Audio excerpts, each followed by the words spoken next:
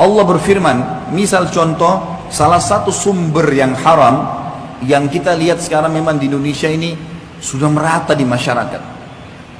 Dan kita seakan-akan subhanallah sudah kena dengan hadis baginda Nabi SAW, akan tiba satu zaman nanti di mana tidak ada satupun umatku yang bisa luput dari riba.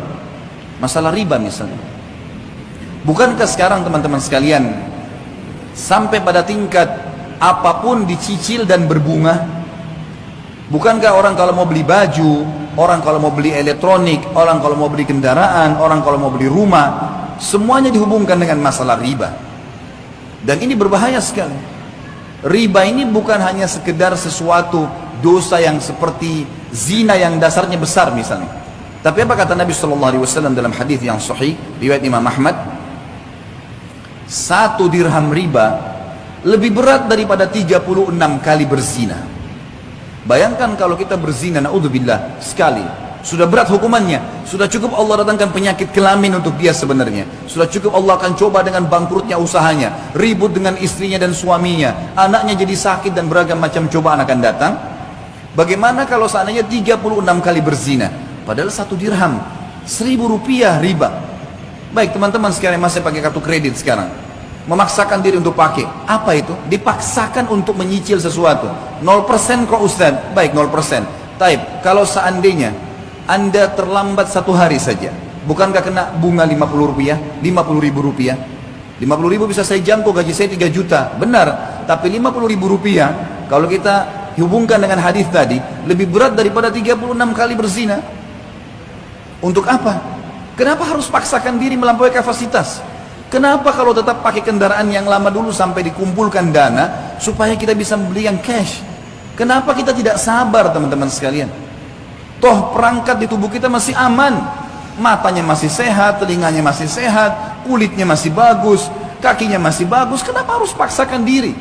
Sementara memang riba, sebagaimana tadi qari kita membaca ayat Al-Quran yang luar biasa.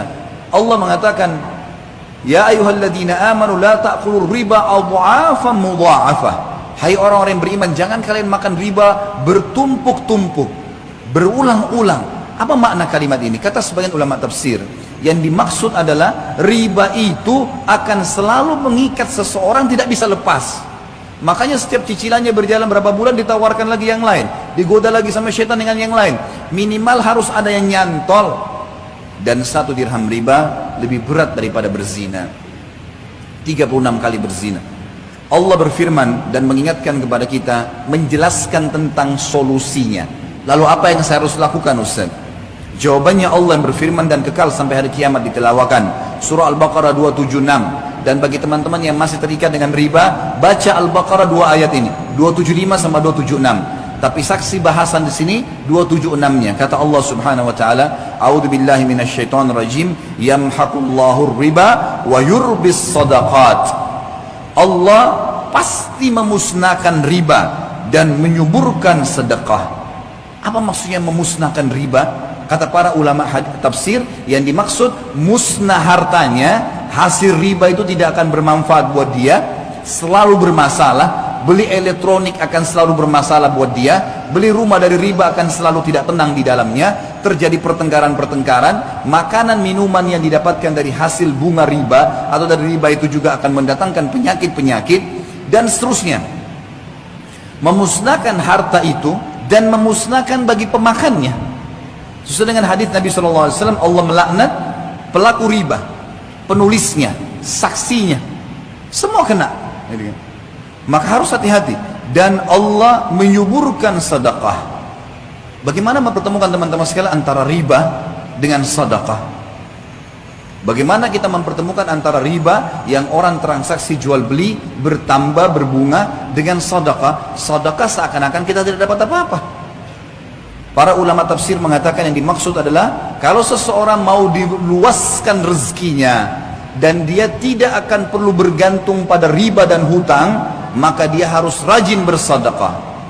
Makin besar dia keluarkan sedekah, maka minimal balasannya 10 kali lipat. Sebagaimana Allah berfirman dalam Al-Quran, dan kita sebagai orang beriman yakin dengan firman Allah.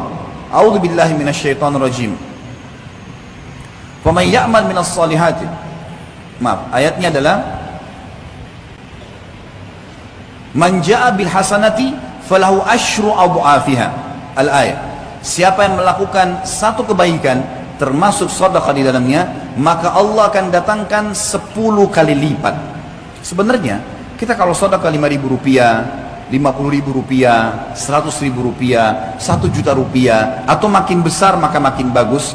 Pada saat itu sudah ada jaminan dari Allah, kita akan dapat secara investasi dengan Sang Pencipta Allah 10 kali lipatnya. 50.000 akan 500.000, 5 juta akan 50 juta. Ini janji, nggak mungkin salah. Allah nggak mungkin salah. Inna Allah la yukhliful mi'ad. Allah nggak akan pungkiri janjinya. Wa man asdaqu minallahi qila. Dan siapa yang lebih jujur daripada Allah dalam perkataan? Nggak ada yang salah. Bahkan ada hadis Bukhari, hadis qudsi, Allah berfirman, Nabi SAW mengatakan, Allah berfirman, seluruh amal ibadah anak Adam ditentukan kadar pahalanya 10 sampai 700 kali lipat. Orang yang rajin sedekah mustahil miskin dan mustahil akan membuka pintu utang, otomatis akan selamat dari riba. Karena masalahnya orang kalau riba pasti berhubungan dengan hutang, dan ini akan berbahaya, memusnahkan hartanya, memusnahkan dirinya.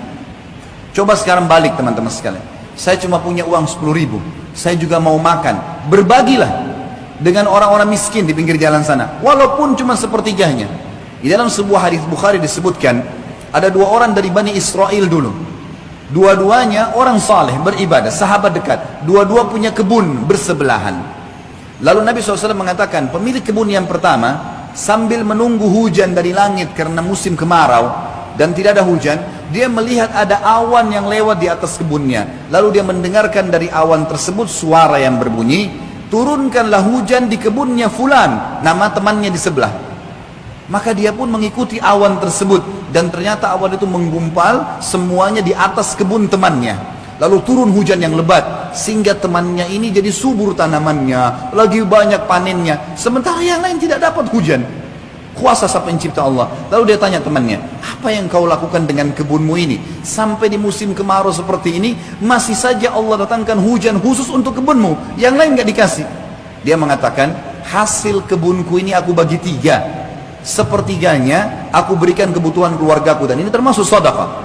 Sepertiganya lagi aku sedekahkan untuk orang-orang yang membutuhkan. Sepertiganya aku kembalikan sebagai modal usahaku. Jadi dari 3 penghasilan dia, 2-nya sedekah. Dikasih ke keluarganya, istri anaknya makan, dan dia juga ini sedekah, juga dikasih kepada fakir miskin sedekah. Sepertiganya, gitu kan? Sepertiga dan sepertiga. Sisa sepertiga lagi, ini yang saya kembalikan ke modal. Perhatikan di sini, sedekah itu yang menunjukkan dan membuktikan datang